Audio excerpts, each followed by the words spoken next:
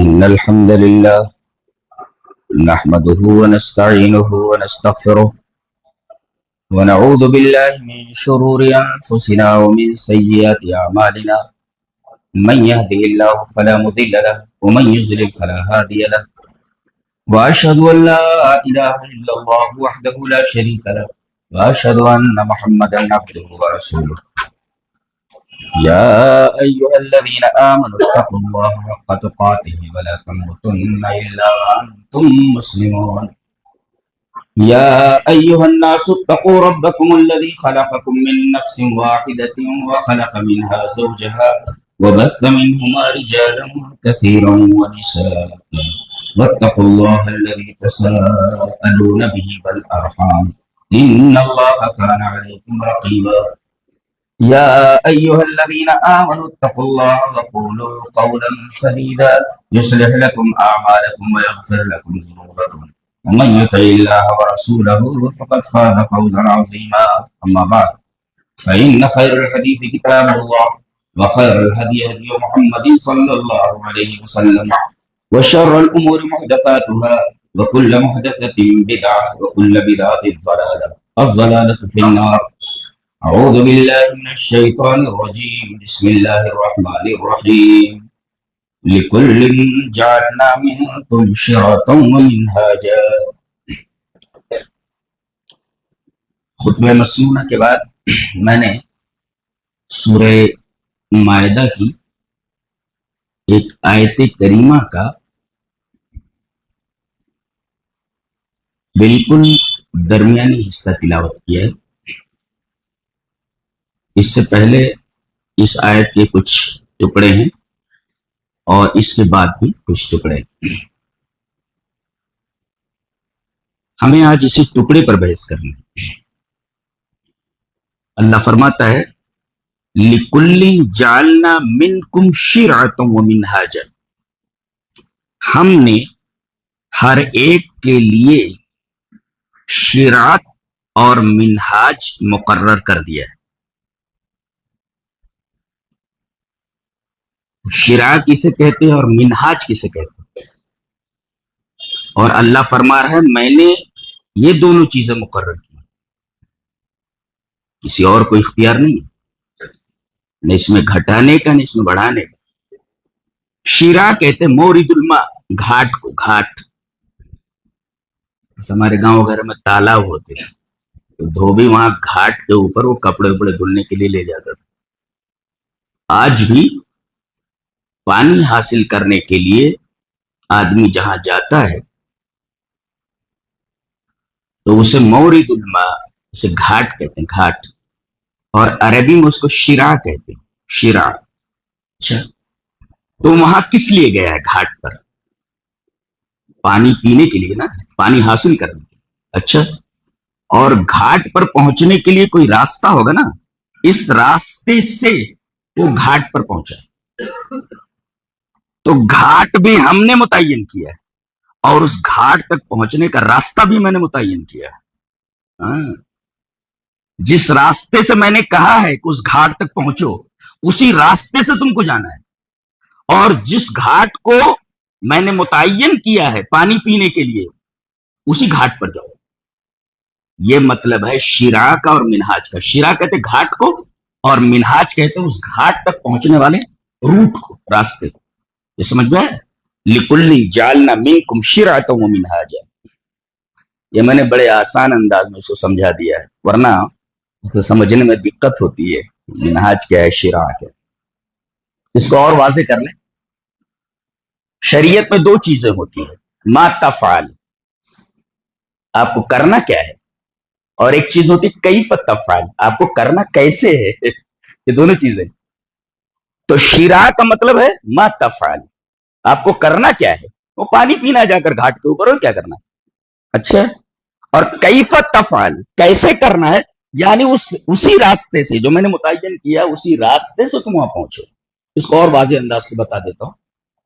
نماز، اللہ نے فرمایا کہ یہ کرنا ہے، ما تفعل، کیا کرنا ہے، نماز پڑھنا ہے نا، تو نماز پڑھنا یا آپ کو کرنا ہے۔ اچھا، یہ گھاٹ ہے، کیسے کرنا ہے نبی نے بتایا، صلو کما رأیتمونی اصلی، نماز ویسے ہی چلے گی جیسا تم مجھے پڑھتے ہوئے دیکھتے ہو. تو یہ کیفیت ہے نماز پڑھنا، یہ ما تفعل، تمہیں کرنا کیا ہے، نماز پڑھنا ہے. اچھا، اور کیف تفعل، پڑھنا کیسے ہے، جس طریقے سے جاؤ پڑھ لو، جیسے نبی نے بتایا ویسے پڑھنا. تو شرع کا مطلب ہے ما تفعل، کیا کرنا ہے آپ کو، اور منہاج کہتے کیف تفعل، آپ کو کرنا کیسے ہے یہ پتا چلا. آج کہتے ہیں کہ وہابیوں کو رسول اللہ صلی اللہ علیہ وسلم سے محبت نہیں ہے. ٹھیک ہے،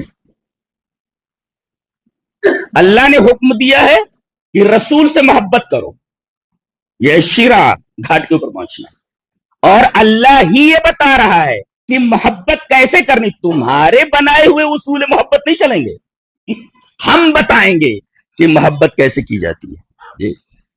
یہ دونوں چیزیں ہم نے متعین کی. لِكُلٍّ جَعَلْنَا مِنْكُمْ شِرْعَةً وَمِنْهَاجًا، شرع بھی ہم نے متعین، رسول سے محبت یہ شرع ہے، اور کیسے محبت کرنی ہے یہ منہاج ہے. تو ہم نے شرع اور منہاج دونوں متعین کیا ہے. یہ واضح ہوا ہے.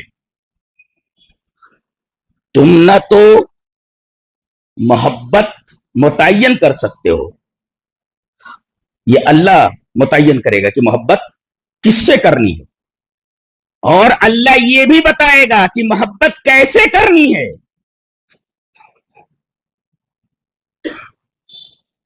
بات واضح ہو گئی کہ ایک ہے اقرار محبت، ہم محبت کرتے ہیں، اقرار کرتے ہیں اس وقت، اور دوسرے اظہار محبت، محبت کا اظہار کرتے ہیں. تو یہ اقرار محبت اور اظہار محبت یہ کب اللہ کے نزدیک قابل قبول ہوگا، جب اللہ یہ بتائے کہ اس محبت کا اظہار اور اس محبت کا اقرار کرنے کے بعد اور کیا چیز لازم ہوتی ہے، وہ شرع کیا ہے، وہ گھاٹ کیا ہے، وہ بتایا جائے گا کہ نبی سے محبت کرنی ہے، اور یہ طریقہ یہ جو عید بنا لی گئی ہے، رسول اللہ صلی اللہ علیہ وسلم کو 2 عیدیں دی گئی، وہ شرع ہے، دو عیدیں، اور یہ 2 عیدیں کیسے منانی ہے طریقہ بتا دیا گیا. اتنے وقت عیدگاہ میں پہنچنا ہے، اور پہلی رکعت میں کتنی تکبیریں ہیں، بعد میں کتنی تکبیریں، وغیرہ وغیرہ. یعنی آپ کو عید کا وہ طریقہ بتا دیا گیا ہے کہ کیسے کرنا ہے اور کیا کرنا ہے. تو شرع اور منہاج وہاں بھی بتا دیا گیا. تو جب اللہ تبارک و تعالیٰ نے ہر ایک کے لیے شرع اور منہاج متعین کر دیا ہے، تو رسول اللہ صلی اللہ علیہ وسلم کو تو 2 عیدیں دی گئی تھی، یہ تم 3 کہاں سے نکالے، یہ تیسرا کہاں سے نکالا تم نے. ظاہر ہے کہ یہ بدعت ہے جو دین میں نکالی گئی. اور اس کا اقرار ان کے علماء نے بھی کیا ہے. جاء الحق احمد خان یار، احمد یار خان نعیمی کی ایک کتاب ہے جاء الحق، اس کے صفحہ نمبر 226 کو کنسلٹ کریں گے، آپ ڈاؤن لوڈ کر لیں، آپ دیکھ لیں. صفحہ نمبر 226 کے اوپر امام سخاوی کا قول نقل کرتا ہے. وہ کیا بولتا ہے، وقال السخاوی لم يفعله احد من القرون الثلاثه، کہ یہ جو عید میلاد النبی ایجاد کر لی گئی ہے، امام سخاوی یہ کہتے ہیں کہ اس کو 3 قرون میں کسی نے نہیں کیا. لم يفعله احد من القرون الثلاثه، اور انہی 3 قرون کے خیر ہونے کی گواہی اللہ کے رسول صلی اللہ علیہ وسلم نے دی ہے. خیر الناس قرنی ثم الذین یلونہم ثم الذین یلونہم، صحابہ کا دور، اس کے بعد تابعین کا دور، پھر تبع تابعین کا دور. یہ 3 قرون یہ قرون مفضلہ ہیں. اللہ کے رسول صلی اللہ علیہ وسلم نے ان تینوں قرون کے خیر ہونے کی گواہی دی ہے. اگر ان تینوں قرون کے اندر کوئی چیز نہ پائی جائے اور بعد میں دین کے نام پر کوئی قوم کوئی شخص کسی چیز کو ایجاد کرتا ہے تو ظاہر ہے کہ اللہ کے رسول صلی اللہ علیہ وسلم نے تینوں قرون کو خیر کہا ہے اور ان تینوں قرون میں وہ چیز نہیں پائی جا رہی ہے تو یہ خیر نہیں ہے، اس لیے کہ خیر انہی تینوں قرون کے اندر منحصر ہے۔ تو یہ تو تمہارے گھر کی گواہی ہے، تمہارا عالم کہتا ہے کہ اس کو تینوں قرون میں کسی نے نہیں کیا ہے۔ اب جب تینوں قرون میں کسی نے نہیں کیا ہے تو اب جب تم کر رہے ہو اس میں خیر ہے؟ خیر تو نبی کریم صلی اللہ علیہ وسلم نے 3 قرون ہی کو کہا ہے، بعد میں جو چیز ایجاد ہوئی وہ خیر کیسے ہو سکتی ہے؟ لہذا تم نے جو ایجاد کیا ہوا عید میلاد النبی کے نام پر یہ خیر نہیں ہے، یہ بالکل خیر نہیں ہے۔ اور کسی چیز کو ہم کیسے پہچانیں کہ یہ چیز بہتر ہے، یہ چیز اچھی ہے؟ نبی کریم صلی اللہ علیہ وسلم نے اس کی وضاحت فرما دی ہے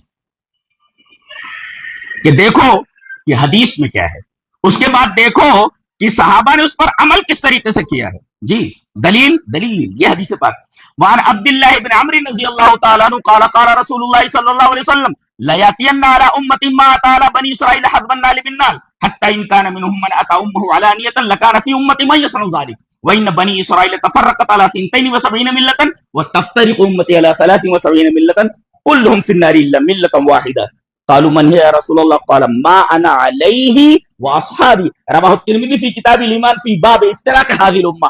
حضرت امام ترمذی رحمہ اللہ کتاب الایمان کے اندر یہ پوری روایت اسی طریقے سے لائے ہیں۔ اور اس روایت کے راوی حضرت عبداللہ ابن عمر رضی اللہ تعالیٰ عنہ فرماتے ہیں کہ نبی کریم صلی اللہ علیہ وسلم نے ارشاد فرمایا کہ میرے امت کے اوپر وہی کچھ آنے والا ہے جو بنی اسرائیل کے اوپر آ چکا ہے۔ بنی اسرائیل 72 فرقوں میں بٹ گئے، تم ان کے کاندھے پر لات رکھ کر کے 73واں فرقہ بنا لو گے، 73 فرقوں میں بٹ جاؤ گے، سارے کے سارے فرقے جہنمی ہوں گے سوائے ایک کے۔ پوچھا گیا اللہ کے رسول فرقہ کون سا ہے؟ آپ نے فرمایا جس پر میں ہوں۔ ایک کہنا کافی تھا لیکن بتایا کہ میں جس پر ہوں، صحابہ اس پر عمل کر کے بتائیں گے، تو گویا کہ میں جس پر ہوں وہ ہے شرع اور صحابہ وہ کر کے بتائیں گے یہ منہاج، گویا کہ ما انا علیہ یہ ہے شرع اور واصحابی ہے منہاج۔ صحابہ نے جو کام کیا ہے آگے بڑھو، تابعین نے جو کام کیا ہے اس کے آگے بڑھو، تبع تابعین نے جو کام کیا ہے وہ نبی کریم صلی اللہ علیہ وسلم کے اس شرع کا منہاج ہے، یہ طریقہ ہے کیسے کیا جائے۔ تو ہم نے پتہ لگایا کہ جس پر رسول ہے اور جس پر صحابہ ہیں، ہم نے تو کسی صحابی کو یہ عید اس عید کا کوئی تصور ہی نہیں تھا، انہوں تو 2 عیدیں ملی تھی، عید اور بقرعید، تیسری عید کی تھی، تم نے کہاں سے نکالا؟ تم نے کہاں سے نکالا؟ اللہ اکبر۔ امام ابن تیمیہ رحمہ اللہ نے اپنی مشہور کتاب اقتضاء الصراط المستقیم میں لکھا ہے اما مزاحاتا للنصارى فی میلاد عیسیٰ علیہ السلام، یہ نصرانیوں اور عیسائیوں کی مشابہت ہے کہ وہ حضرت عیسیٰ علیہ السلام کا میلاد مناتے تھے، تو گویا کہ یہ میلاد انہوں نے منایا ہے، حضرت عیسیٰ علیہ السلام کی تاریخ پیدائش پر، یوم پیدائش پر انہوں نے خوشیاں منائی ہیں، تو میلاد عیسیٰ منایا عیسائیوں نے۔ تو اگر کوئی اپنے نبی کی میلاد مناتا ہے اور اسے دین سمجھتا ہے تو یہ نصارہ کی مشابہت ہے، دین میں مشابہت ہے۔ اور ظاہر ہے حضرت عبداللہ ابن عمر سے مروی جو روایت وہ پڑھ لیتے ہیں، حدیث کس طرح؟ وعن ابن عمر رضی اللہ تعالی عنہ قال قال رسول اللہ صلی اللہ علیہ وسلم من تشبہ بقوم فهو منهم رواہ ابو داؤد فی کتاب اللباس۔ حضرت امام ابی داؤد رحمہ اللہ اس حدیث کو ایسے ہی کتاب اللباس کے اندر لائے، راوی حضرت عبداللہ ابن عمر ہے۔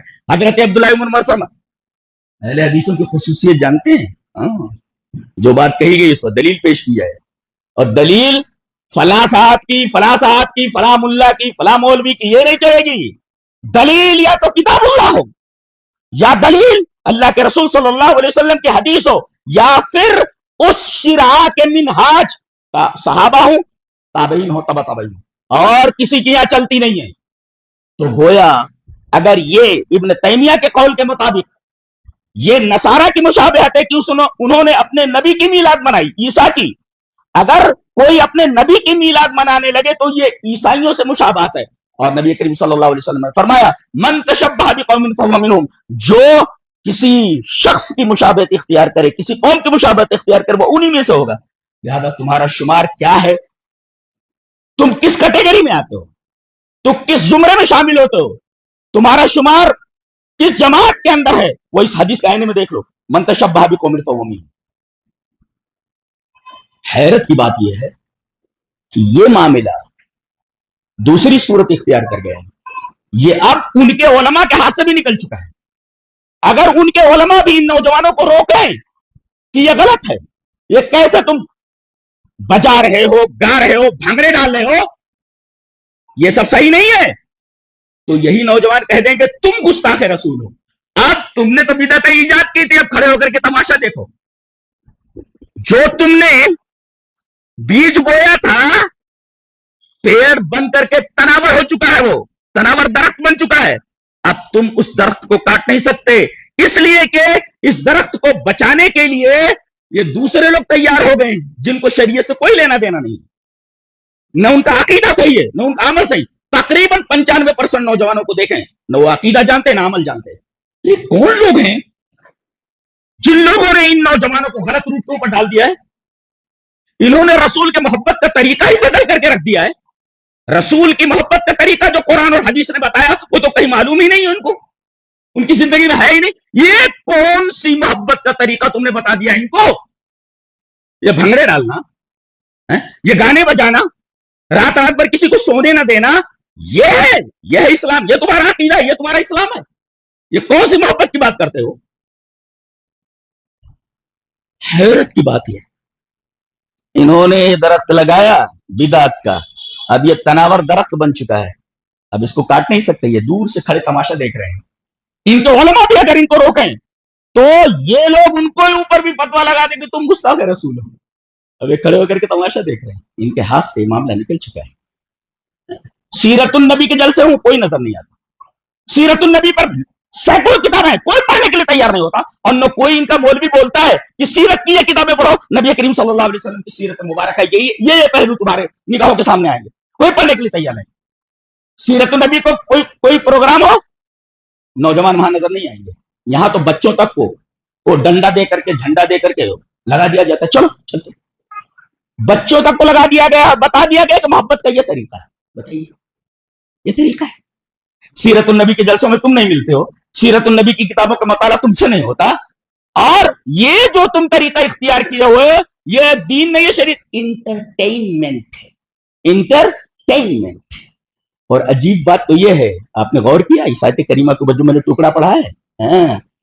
قرآن حکیم آپ لوگ پڑھتے ہی نہیں، تدبر نہیں کرتے. میں تو قرآن حکیم کی تفسیر کے طالب علم ہوں. دیکھیں اس سے پہلے کیا ہے، وَلَا تَتَّبِعْ أَهْوَاءَهُمْ عَمَّا جَاءَكَ مِنَ الْحَقِّ لِكُلٍّ جَعَلْنَا مِنْكُمْ شِرْعَةً وَمِنْهَاجًا. تو لِكُلٍّ جَعَلْنَا مِنْكُمْ شِرْعَةً وَمِنْهَاجًا سے پہلے جو ٹکڑا ہے وہ یہ ہے، وَلَا تَتَّبِعْ أَهْوَاءَهُمْ عَمَّا جَاءَكَ مِنَ الْحَقِّ. اے ہمارے حبیب، تمہارے پاس حق آ جانے کے بعد ان کی خواہشات کی اتباع نہ کرو.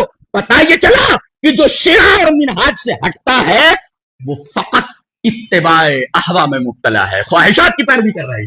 اس کا مطلب یہ ہے کہ شرع اور منہاج سے جو ہٹا وہ خواہشات کی اتباع میں پڑ گیا، جو کچھ کرے گا وہ خواہشات کی اتباع ہوگی. یہ ہے اس ٹکڑے کا رب پہلے ٹکڑے سے، وَلَا تَتَّبِعْ أَهْوَاءَهُمْ عَمَّا جَاءَكَ مِنَ الْحَقِّ لِكُلٍّ جَعَلْنَا مِنْكُمْ شِرْعَةً وَمِنْهَاجًا. شرع اور منہاج سے جو ہٹا، ما تفعل اور کیف تفعل سے جو ہٹا، وہ جو سمجھ میں آئے کرے وہ بتایا گیا. وَلَا تَتَّبِعْ أَهْوَاءَهُمْ عَمَّا. یہ قرآن حکیم کے بیان کرنے کا اسلوب ہے، یہ طریقہ ہے اس کی بحث کا. جب کسی چیز کا رد کرتا ہے تو یہ انداز ہوتا ہے اس کے رد کرنے. شرم نہیں آتی کہ اس دن کو کیا ہوا تھا؟ نبی کریم صلی اللہ علیہ وسلم کی یوم پیدائش میں اختلاف ہے.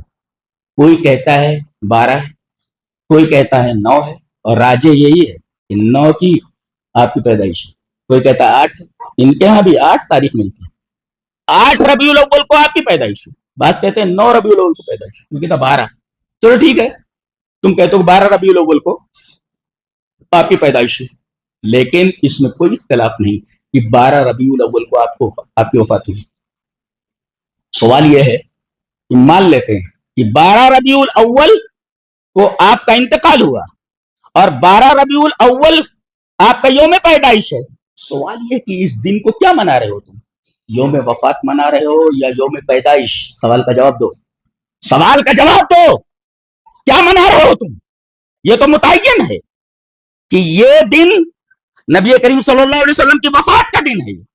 اختلاف اس میں ہے کہ پیدائش کس تاریخ کو ہوئی، 9 کو، 8 کو، 12 کو، اختلاف ہے. لیکن یوم وفات کے اوپر کوئی اختلاف نہیں ہے. یعنی آپ کا انتقال، آپ کی وفات 12 ربیع الاول ہی کو ہوئی ہے. چلو مان لیتے ہیں کہ آپ کی پیدائش 8 کو نہیں ہوئی، 9 کو نہیں ہوئی، بلکہ 12 ہی کو ہوئی.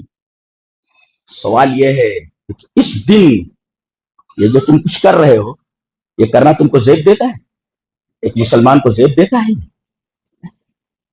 ایک مسلمان کو یہ زیب دیتا ہے؟ فاطمہ سے پوچھو گے؟ چلیے فاطمہ سے پوچھتے ہیں، سیدہ سے. حدیث کس طرح؟ وعن انس رضی اللہ تعالی عنہ قال لما ثقل النبي صلی اللہ علیہ وسلم جعل يتغشى فقالت فاطمة رضی اللہ تعالی عنہ واکر بابا فقال لها ليس على ابيك كرب بعد اليوم فلما مات قالت یا ابتا اجاب ربا دعاه یا ابتا من جنت الفردوس ماوا یا ابتا الى جبریل نما فلما دفن قالت یا انس اطابت انفسکم ان تحسوا على رسول اللہ صلی اللہ علیہ وسلم ترابا. رواہ البخاری فی کتاب المغازی. حضرت امام بخاری رحمہ اللہ اس حدیث کو ایسے ہی بخاری شریف کتاب المغازی کے اندر لائے. راوی نبی کریم صلی اللہ علیہ وسلم کے خادم خاص حضرت انس رضی اللہ تعالیٰ عنہ، وہ فرماتے ہیں کہ نبی کریم صلی اللہ علیہ وسلم کا مرض الموت جب شدید ہو گیا، ثقل اشتد علیہ البرد، نبی کریم صلی اللہ علیہ وسلم پر جب آپ کی بیماری سخت ہو گئی، آپ مرض الموت میں مبتلا ہیں، تو جعل یتغشا، بار بار آپ کو غشی آ رہے ہیں. بیٹی بیٹھی ہوئی ہے، بیٹیوں کی قدر کرو، اور سیدہ ہیں. نبی کریم صلی اللہ علیہ وسلم نے فرمایا میری جگر کا ٹکڑا ہے. اب باپ کو تکلیف ہو رہی ہے تو جگر کے ٹکڑے کو تو تکلیف ہونے والی. نبی کریم صلی اللہ علیہ وسلم کی غشی بار بار دیکھ کر کے پریشان ہو جا رہی ہے بیٹی. کہتی تھی واہ کر بابا، ہائے میری باپ کی تکلیف، ہائے میرے ابا کی تکلیف. جگر کا ٹکڑا ایسے نہیں ہوتا. جگر کا ٹکڑا ایسے، باپ کے اوپر جو تکلیف گزر رہی ہے حضرت فاطمہ اپنے دل پر محسوس کر رہی ہے، کیونکہ جگر کا ٹکڑا ہے نا. ہمیں نا سے بھی کہتے ہیں. سیدہ سے محبت کرنے والے، حضرت حسن حسین سے محبت کرنے والے، ہم سے زیادہ کون ہو سکتا ہے جی؟ اہل حدیثوں سے زیادہ کون ان سے زیادہ محبت کرنے والا ہو سکتا ہے؟ تم ہمیں نا سے بھی کہتے ہو کہ ہم اہل بیت کی قدر نہیں کرتے، اہل بیت سے محبت نہیں کرتے. حقیقت یہ ہے کہ تمہیں اہل بیت سے کوئی لینا دینا نہیں. چلا رہی واہ کر بابا، جیسے جیسے غشی آ رہی ہے آپ کو، آپ بے ہوش ہو جا رہے ہیں اور آپ ہوش میں آ جا رہے ہیں. بے ہوشی دیکھ کر کے بیٹی ہٹ نہیں رہی وہاں سے، کیونکہ جگر کا ٹکڑا ہے. جگر کا ٹکڑا. بیٹیوں کی قدر کی جائے، اور خاص طور سے ماں اور باپ میں باپ سے زیادہ محبت کرتی ہے بیٹی، باپ سے بہت محبت کرتی ہے. اچھا ٹھیک ہے، اللہ تبارک تعالیٰ نے بیٹیوں کے دلوں میں ڈال دیا ہے، باپ سے بہت محبت کرتی ہیں. واہ کر بابا، ہائے میرے باپ کی تکلیف. نبی کریم صلی اللہ علیہ وسلم نے کہا میری بچی مت رو، لیس علی ابیکی کرب بعد اليوم، آج کے بعد تیرے باپ کو کوئی بے چینی نہیں ہوگی، کوئی تکلیف نہیں. بس یہ موت کا مرحلہ پار کرنے کے بعد میرے لیے کوئی کرب نہیں ہے، میرے لیے کوئی بے چینی، کوئی تکلیف نہیں ہے، میرے لیے کوئی تکلیف. لیس علی ابیکی کرب بعد اليوم. بتائیے بیٹی پریشان ہو رہی ہے، باپ جو مرض الموت میں مبتلا ہے اپنی بیٹی کی بے چینی دیکھ کر تسلی دے رہا ہے. اللہ، یہ جگر کا ٹکڑا ہے. فلما دفن، جب آپ کو دفن کر دیا گیا، جب آپ کا انتقال ہو گیا غشی کے بعد، کہنے لگی یا بتا، ہائے ابو، اجاب ربا دعا، رب نے آپ کو بلایا، آپ چلے گئے. اجابا ربن دعا، رب نے بلایا اور آپ چلے گئے. یا بتا من جنت الفردوس ماوا، ہائے ابو جن کا ٹھکانہ جنت الفردوس ہے جی. یا بتا الى جبریل اننا، نایون کہتے ہیں مرے ہوئے آدمی کے بارے میں خبر دینے کی، مر گیا. الى جبریل اننا، ہم جبرائیل کو نبی کریم صلی اللہ علیہ وسلم کی وفات کی خبر دیتے ہیں. اب والد ہمارے نہیں رہے. یہ تو آپ کی وفات کے بعد حضرت فاطمہ رضی اللہ تعالی عنہا کا حال ہے. فلما دفنا، جب آپ کو دفن کر دیا گیا تو حضرت انس جس روایت کے راوی، ان کو بلایا حضرت فاطمہ نے. دفن کر دیا ابا کو، کر دیا. کہنے لگی اطابت انفسکم ان تحسوا علی رسول اللہ صلی اللہ علیہ وسلم التراب، تمہارے دل آمادہ کیسے ہوئی کہ رسول اللہ صلی اللہ علیہ وسلم کو مٹی ڈالو. ان تحسوا علی رسول اللہ صلی اللہ علیہ وسلم التراب، تمہارے دل آمادہ کیسے ہوئے، بخاری کی روایت ہے، تمہارے دل آمادہ کیسے ہوئے کہ رسول اللہ صلی اللہ علیہ وسلم پر مٹی ڈالو. جن کا لعاب دہن، لعاب منہ سے نکلے تو صحابہ اپنے ہاتھوں پر لے لیتے تھے، تھوک ہاتھوں پر لے لیتے تھے، بال کو بطور تبرک رکھ لیتے تھے. اب وہی ذات ایک قبر میں ہے اور لوگ اسی ذات کے اوپر مٹی ڈال رہے ہیں. حضرت فاطمہ پوچھ رہی ہے تمہارے دل آمادہ کیسے ہوئے کہ تم رسول اللہ صلی اللہ علیہ وسلم پر مٹی ڈالو. یہ سیدہ کا حال ہے. صحابہ کرام سکتے میں ہیں، پورا مدینہ سکتے میں ہے، اور یہ بھنگڑے رچا رہے ہیں. تو سمجھائے کون کہ تم جس راستے پر چل رہے ہو وہ نبی کی محبت کا راستہ نہیں ہے، وہ شیطان کا راستہ ہے، شیطان سے محبت کا راستہ ہے. یہ نبی سے محبت کا راستہ نہیں ہے. فاطمہ تڑپے اور تم بھنگڑے ڈالو، تم بھنگڑے ڈالو، تمہیں شرم نہیں آتی؟ تم مسلمان ہو، مسلمان کے گھر میں پیدا ہو گئے مسلمان. ضرورت ہے کہ جمعیت ہے، مساجد نوجوانوں کو مسجد میں لائیں، ان کے اوپر محنت کریں، انہیں بتائیں کہ عقیدہ کیا ہوتا ہے، اعمال کیا ہوتے ہیں، ان کو پہلے سمجھایا جائے. یہ سب عقیدہ اور اعمال سے پرے ہیں، یہ اسی وجہ سے غلط روٹ کے اوپر چلیں. اور کون ہے جو ان کو اس راستے کے اوپر لگا رہا ہے؟ اس آدمی کی تعریف کرنے والا کوئی نہیں ہے کہ تم کیا کر رہے ہو. رسول کی محبت کے نام پر تم نے کیسے کیسے کھڑاگ رچا رکھے ہیں اور نوجوانوں کو کس غلط روٹ کے اوپر تم نے ڈال رکھا ہے. تمہیں کیا کرنا ہے اس دن فاطمہ سے پوچھو، فاطمہ سے پوچھو. چلیے آپ کی ماں سے پوچھ لیتے ہیں. کون ماں؟ آمینہ نہیں. حضرت آمینہ تو مدینہ سے واپسی کے وقت مقام ابوہ میں انتقال کر گئی تھی. پرورش کس نے کی؟ ام ایمن آپ کی ماں کے برابر. حضرت ام بہت پیار کرتی تھی نبی کریم صلی اللہ علیہ وسلم سے، بہت محبت کرتی تھی. اچھا چلیے وہ حدیث پہلے پڑھ لیتے ہیں. عجیب بات ہے کہ یہ روایت بھی حضرت انس سے. روایت اس طرح وعن انس رضی اللہ تعالی عنہ قال قال ابو بکر رضی اللہ تعالی عنہ بعد وفات رسول اللہ صلی اللہ علیہ وسلم لعمر انطلق بنا الى ام ایمن نزورها كما كان رسول الله صلى الله عليه وسلم يزورها فلما انتهينا اليها بكت فقال لهما ما يبكيك ما عند الله خير لرسوله فقالت ما اكون الا اكون اعلم ان ما عند الله خير لرسوله. کیا کہہ رہی؟ ما ابکی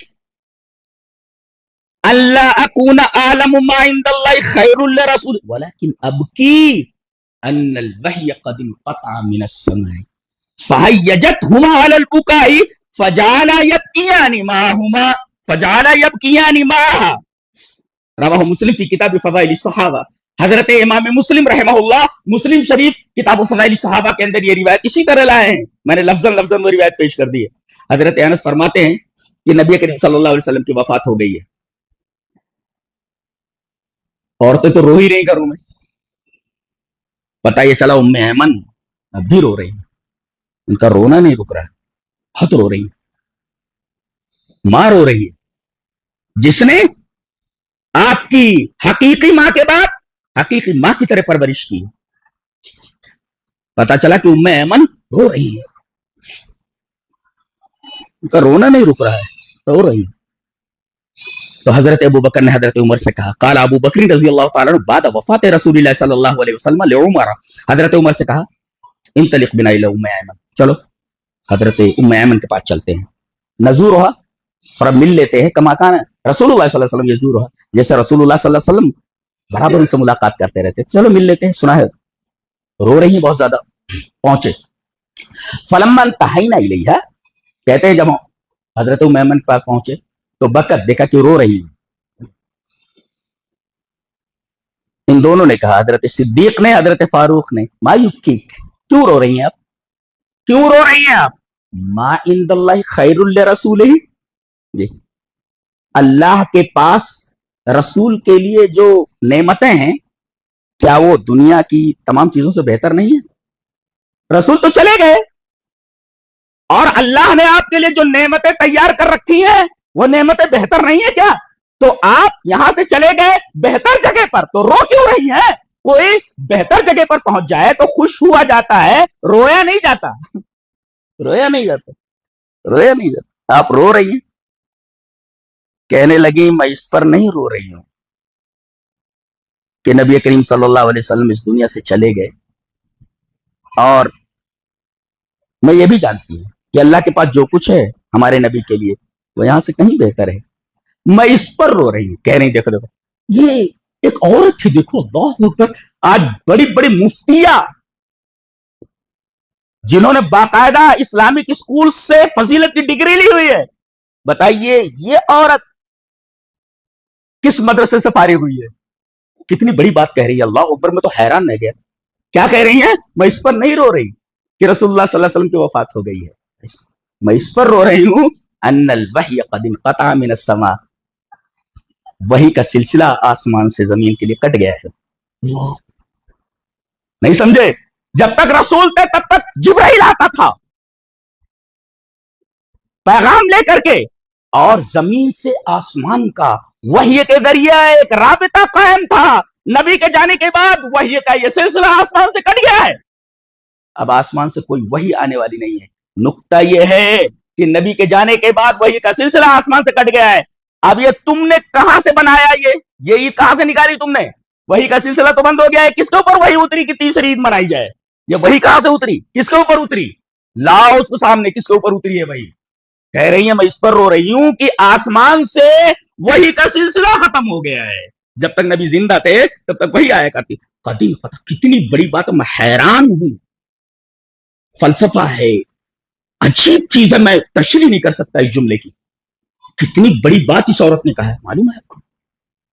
کیوں نہ ہو کہ نبی کی پرورش انہوں نے کی ہے، نبی ان سے محبت کرتے تھے. اتنی بڑی بات معمولی عورت نہیں کہہ سکتی. میں اس پر رو رہی ہوں ان الوحی، یاد رکھو اس کو، جملہ یاد کر لو، ان الوحی، اس بات پر رو رہی ہوں ان الوحی قد انقطع من السماء، وحی کا سلسلہ آسمان سے کٹ گیا ہے. تو وہ دن تو رونے کا ہے.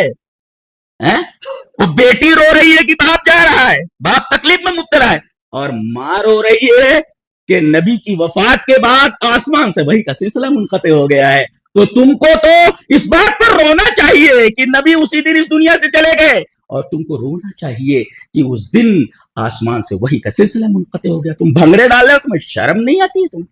تمہیں حیا نہیں آ رہی؟ یہ مسلمان کا طریقہ ہے، یہ تو صحابہ کا طریقہ تو ہے ہی، صحابہ کا طریقہ نہیں. اور اوپر سے کہتے ہوں ہم لوگ وہابی. ایک نقطہ بتاؤں، بدعتیوں کی پہچان کیا ہوتی ہے؟ معرفت علوم الحدیث میں حاکم نے، امام حاکم نے ایک قول نقل کیا ہے، دیکھ کیا کہ ما من مبتدع الا وهو يبغض اهل الحديث، الا وهو يبغض اهل الحديث واذا ابتدع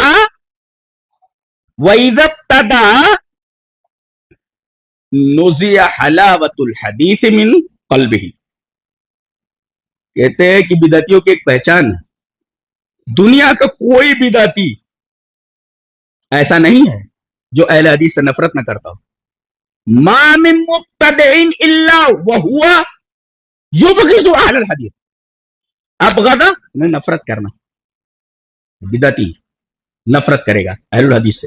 اور آگے فرمایا جب کوئی بدعت کرنے لگتا ہے تو حدیث کی مٹھاس اس کے دل سے کھینچ لی جاتی. نزی حلاوت الحدیث من قلبہ، حدیث کی جو مٹھاس ہے وہ اس کے دل سے نکل جاتی ہے. اور یہ قاعدہ ہے کہ کوئی چیز اپنی جگہ سے ہٹ جائے تو اس کا اپوزٹ اپنی جگہ لے لیتی ہے. ایک گلاس ہے پانی سے بھرا ہوا ہے، پانی نے جگہ لے رکھی ہے، پانی کو نکال دو تو اس کے جو اپوزٹ ہوا وہ جگہ لے لے گی. ایسے ہی دل سے اگر اہل حدیثوں سے نفرت کی وجہ سے دل سے حدیث کی شیرینی نکل گئی، محبت نکل گئی، تو اب حدیث کی نفرت اس کی جگہ لے لیتی ہے. یہی وجہ ہے حدیثوں سے نفرت کی وجہ سے یہ حدیث کی طرف نہیں آتے. اور دلیلیں کیسی کیسی ہیں، اللہ اکبر. ان کو قرآن کی تفسیر معلوم کہتے ہیں، قرآن سے ثابت ہے. قرآن سے. میں تو قرآن کا طالب ہوں، بسم اللہ کی بے سے لے کر والناس کے سین تک پڑھ گیا ہوں. کہیں تو مجھے دکھا نہیں، مین سے میلاد دکھی نہیں، کہیں تو دکھی نہیں. اسے پوچھا گیا آپ عید میلاد النبی کدھر ہے؟ عید میلاد النبی کا ثبوت دیجیے، عید میلاد النبی کہاں ہے؟ بولے سنیوں کی قسمت میں. یہ دلیل ہے، یہ دلیل ہے. سوال اداسنا جواب ریشم. سوال کیا ہے اور جواب کیا ہے؟ کہتے ایک آیت میں. کون سی آیت ہے؟ ہم بھی تو دیکھیں کون سی آیت ہے. قل بفضل اللہ وبرحمتہ فبذلک فلیفرحوا. یہ اللہ کا فضل اور اس کی رحمت ہے تو چاہیے کہ اس رحمت کے اوپر وہ خوش ہوں. ارے بھیا تمام تفاسیر میں یہ لکھا ہوا ہے کہ رحمت تقریباً 12 معنوں میں ہے. پورے قرآن میں رحمت کے کتنے معنی ہیں؟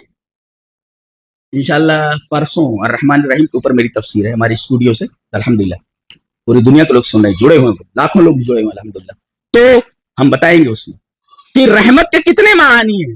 رحمت کا ایک معنی قرآن ہے، جی وہ قرآن یہاں مراد ہے. قل بفضل اللہ وبرحمتہ، اللہ کے فضل اور اس کی رحمت یعنی قرآن حکیم. اس قرآن کو ملنے کے بعد آدمی اس قرآن کے اوپر جتنا خوش ہونا چاہے خوش ہو لے. یہاں قرآن مراد ہے رحمت سے، اسی وجہ سے کہا گیا الرحمن علم القرآن، رحمان نے قرآن سکھایا. یہ دیکھو گویا کہ تعلیم قرآن در حقیقت اللہ تبارک و تعالیٰ کے صفت رحمان کی رحمانیت کا ثمرہ ہے، اس کا نتیجہ ہے. یہ کتنی خطرناک چیز ہے بدعت، معلوم ہے کتنی خطرناک چیز ہے. چلیے حدیث دیکھ لیتے ہیں. حدیث اس طرح وعن انس رضی اللہ تعالیٰ عنہ قال قال رسول اللہ صلی اللہ علیہ وسلم ان اللہ حجب التوبۃ عن صاحب کل بدعۃ رواہ الطبرانی فی المعجم الاوسط. حضرت امام طبرانی رحمہ اللہ نے معجم الاوسط کے اندر یہ روایت نقل فرمائی حضرت انس سے. حضرت انس فرماتے ہیں کہ رسول اکرم صلی اللہ علیہ وسلم نے ارشاد فرمایا کہ اللہ تعالیٰ نے ہر بدعت کرنے والے سے توبہ کو چھپا لیا ہے. بدعتی کو توبہ نصیب نہیں ہوتی اگر بدعت سے توبہ نہ کرے تو.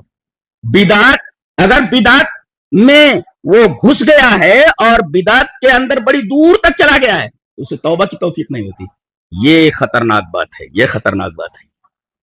اچھی طرح توبہ کی توفیق نہ ہو، اندازہ لگائیے وہ آدمی کیسا ہوگا، اس آدمی کا کیا حال ہوگا. اور یہ اتنی خطرناک بات ہے، ایسی مسجد میں نماز نہیں پڑھتے تھے صحابہ. جی چلیے وہ حدیث دیکھ لیتے ہیں. حدیث اس طرح وعن مجاہد قال كنت مع ابن عمر رضی اللہ تعالی عنہما فصوب رجل في الظهر بالعصر فقال اخرج بنا فإن هذه بدعة رواه ابو داؤد في کتاب الصلاة. حضرت امام ابی داؤد رحمہ اللہ اس حدیث کو کتاب الصلاة کے اندر لائے ہیں، ابو داؤد شریف کے اندر. کہتے ہیں مجاہد کہ میں حضرت ابن عمر کے ساتھ تھا، ایک مسجد میں گئے، ظہر یا عصر رہا ہوگا. فصوب رجل في الظهر بالعصر، ظہر یا عصر کی نماز رہی ہوگی. ہم لوگ پہنچے، اچانک مؤذن نے کیا کہا؟ تصویب کی تصویب. فصوبہ، صوبہ کا کئی مطلب بتایا. تصویب کا ایک مطلب ہوتا ہے الصلاۃ خیر من النوم، حی علی الصلاۃ، ایسا. یا اس طریقے سے کہا جائے کہ بھئی نماز کے لیے آ جاؤ، جیسا ہم لوگ بولتے ہیں حی علی الصلاۃ بولو. یا کہا قد قامت الصلاۃ، نماز کھڑی ہو گئی ہے چلو آ جاؤ. کہا کہ اذان اور اقامت کے درمیان یہ تم کہاں سے لائے؟ قد قامت الصلاۃ، یہ تصریف کہاں سے لائے؟ یہ تصریف کہاں سے؟ جبکہ اس بندے نے کیا کہا تھا؟ ایک سیدھی بات کہی تھی، ارے بھائی جماعت کا وقت ہو گیا ہے، قد قامت الصلاۃ اتنا کہا تھا اس نے۔ اذان کے بعد اقامت سے پہلے لوگوں کو متوجہ کرنے کے لیے اس نے اتنا کہا، کیا؟ قد قامت الصلاۃ، ارے نماز کا ٹائم ہو گیا، جماعت کا ٹائم ہو گیا، نماز کھڑی ہونے۔ حضرت عبداللہ ابن عمر نے کہا یہ کیا بول رہا ہے، یہ کیسے بولا؟ یہ قد قامت الصلاۃ نبی سے ثابت نہیں ہے، یہ اخرج بنا، چلو یہاں سے ہمیں نکالو، فإنها بدعہ، یہ بہت بڑی بدعت ہے۔ اللہ، اتنی بات، وہ نماز اب یہاں رات بھر پڑھتے رہتے، تو مسجد میں کیا ہے پتہ نہیں کیا کیا پڑھتے رہتے ہوں۔ اے لوگو، ارے بھائی شاہی دربار سے اعلان ہو چکا، تم آؤ یا نہ آؤ، اللہ محتاج ہے مسجد میں تمہارے آنے کا، بار بار تم اس کو پکار رہے ہو۔ یہ مسجد کی توہین نہیں ہے، یہ اللہ کی توہین۔ ایک بار آواز لگا دی گئی، تم آؤ یا باہر میں جاؤ، آنا ہو تو آؤ، اعلان کر دیا گیا، اللہ محتاج نہیں ہے تمہارا کہ تم اس کے گھر میں آؤ۔ اے لوگو، جماعت میں 5 منٹ باقی ہے، جماعت میں 10 منٹ باقی، کیا ہے یہ مذاق؟ وہاں قد قامت الصلاۃ کے اوپر ایکشن لیا گیا اور کہا اس مسجد میں میں نماز نہیں پڑھوں گا۔ کیوں؟ اس نے کہہ دیا کہ قد قامت الصلاۃ۔ کیسے کہا اس نے؟ کیسے کہا اس نے؟ یہ بدعت ہے، فإنها بدعہ۔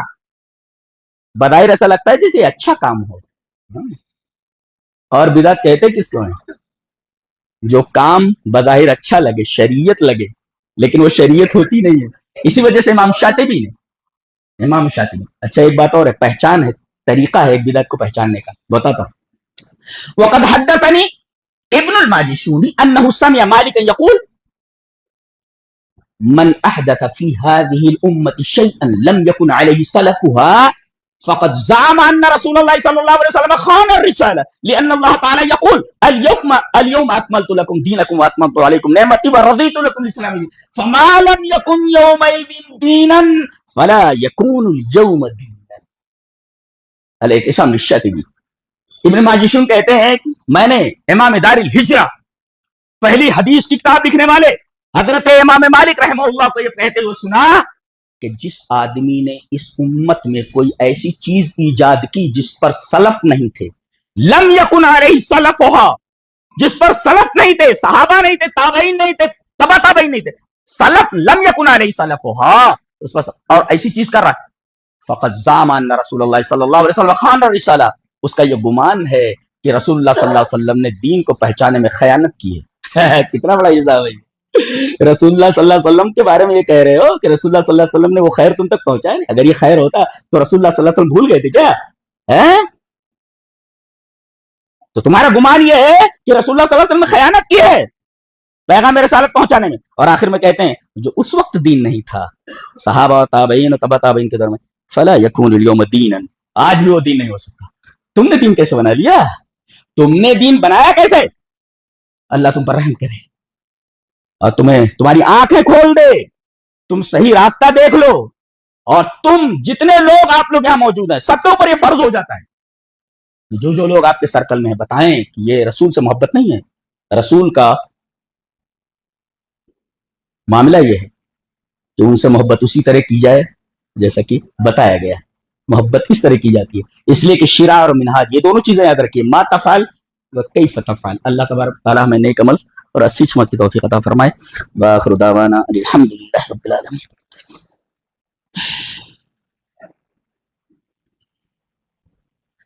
ان الحمد للہ نحمدہ ونستعینہ، بولنا بہت کچھ تھا، کہاں ٹائم بہت کم رہتا، پھر بھی یہ ٹائم بہت زیادہ دے دیا گیا۔ ان الحمد للہ نحمدہ ونستعینہ ونستغفرہ ونعوذ باللہ من شرور انفسنا ومن سیئات اعمالنا من يهده الله فلا مضل له ومن يضلل فلا هادي له واشهد ان لا اله الا الله وحده لا شريك له واشهد ان محمدا عبده ورسوله يا ايها الذين امنوا اتقوا الله حق تقاته ولا تموتن الا وانتم مسلمون يا ايها الناس اتقوا ربكم الذي خلقكم من نفس واحده وخلق منها زوجها وبث منهما رجالا كثيرا ونساء واتقوا الله الذي تساءلون به والارحام ان الله كان عليكم رقيبا يا ايها الذين امنوا اتقوا الله وقولوا قولا سديدا يصلح لكم اعمالكم ويغفر لكم ذنوبكم ومن يطع الله ورسوله فقد فاز فوزا عظيما۔ صفوں کو درست کر لیں، قدم سے قدم، کندھے سے کندھا ملا۔ اللہ اکبر۔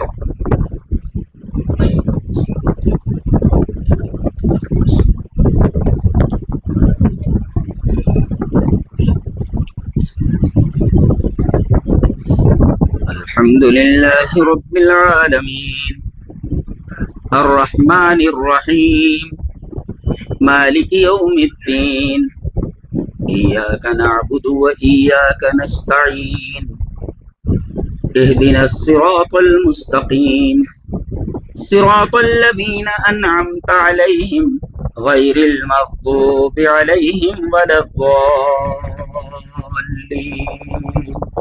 آمين سبح اسم ربك الأعلى الذي خلق فسوى والذي قدر فهدى والذي أخرج المرعى فجعله غثاء أحوى سنقرئك فلا تنسى إلا ما شاء الله إنه يعلم الجهر وما يخفى ونيسرك لليسرى فذكر إن نفعت الذكرى سيذكر من يخشى ويتجنبها الأشقى الذي يصلى النار الكبرى ثم لا يموت فيها ولا يحيا قد أفلح من تزكى وذكر اسم ربه فصلى بل تؤثرون الحياة الدنيا والآخرة خير وأبقى إن هذا لفي الصحف الأولى صحف إبراهيم وموسى الله أكبر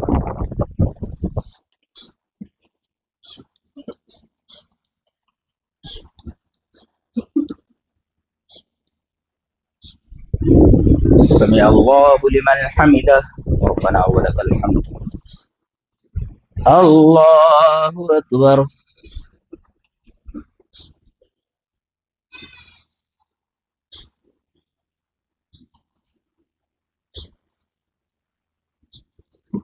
الله أكبر رب اغفر لي الله أكبر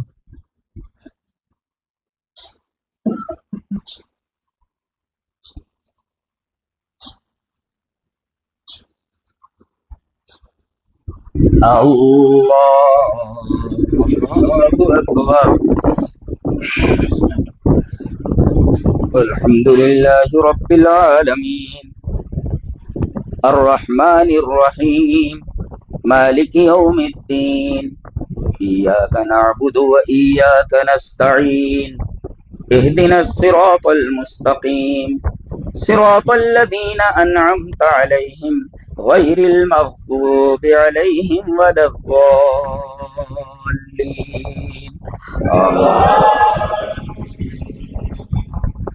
هل أتاك حديث الغاشية وجوه يومئذ خاشعة عاملة ناصبة تصلى نارا حامية تسقى من عين آنية ليس لهم طعام إلا من ضريع لا يسمن ولا يغني من جوع وجوه يومئذ ناعمة لسعيها راضية في جنة عالية لا تسمع فيها لاغية فيها عين جارية فيها سرر مرفوعة وأكواب موضوعة ونمارق مصفوفة وزرابي مبثوثة أفلا ينظرون إلى الإبل كيف خلقت وإلى السماء كيف رفعت وإلى الجبال كيف نصبت وإلى الأرض كيف سطحت فذكر إنما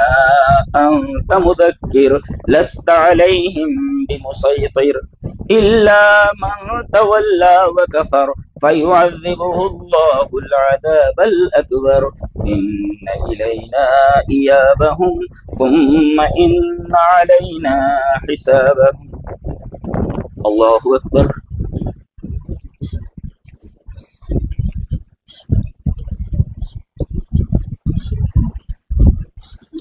سمع الله لمن حمده ربنا ولك الحمد الله أكبر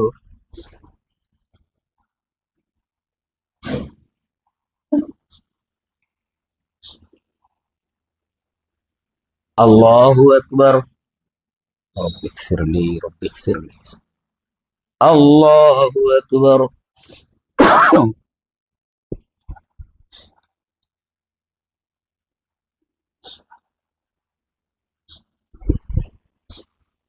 اللہ اکبر.